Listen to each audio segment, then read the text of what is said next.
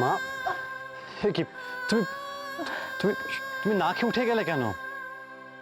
আর আমার মুখে রুচ্ছে না রে, গলা দিয়ে বাদ যাচ্ছে না। হয়তো বৌমা না খেয়ে বসে আছে আমার জন্য। দিদি, দিদি, নাকি কাকিমা তুমি এত অবেলায়? না এসে উপায় কি ছিল বেহারি? এটা তুমি কি করলে দিদি? নিজের সংসার ফেলে রেখে কেউ এভাবে চলে আসে? আমাদের সবার মনের মধ্যে যে কি চলছে সে শুধু আমরাই জানি। মন আমারও ভালো নেই মেজবু,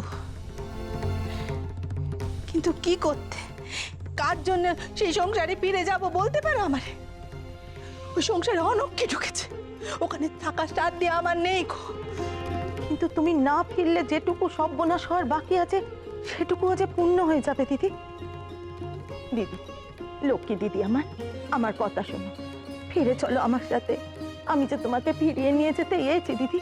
মেজবু, আমি তো মইনকে জানিয়ে দিয়েছি, আমি তো বলে দিয়েছি আমার শর্ত না মেনে নিলে আমি ও বাড়িতে ফিরে যাব না।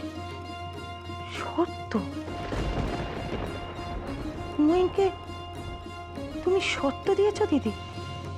কই, মইন তো সে কথা বাড়িকে বলেনি। আমি জানতো মইন কাউকে কিচ্ছু বলবে না, আমি জানতো।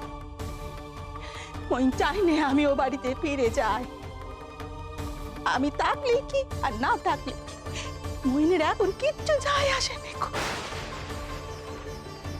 দিদি, একটা কথা বলি, তুমি মইনকে কি সত্য দিয়েছিলে সে কথাখানা আমাকে খুলে বলো দেখি।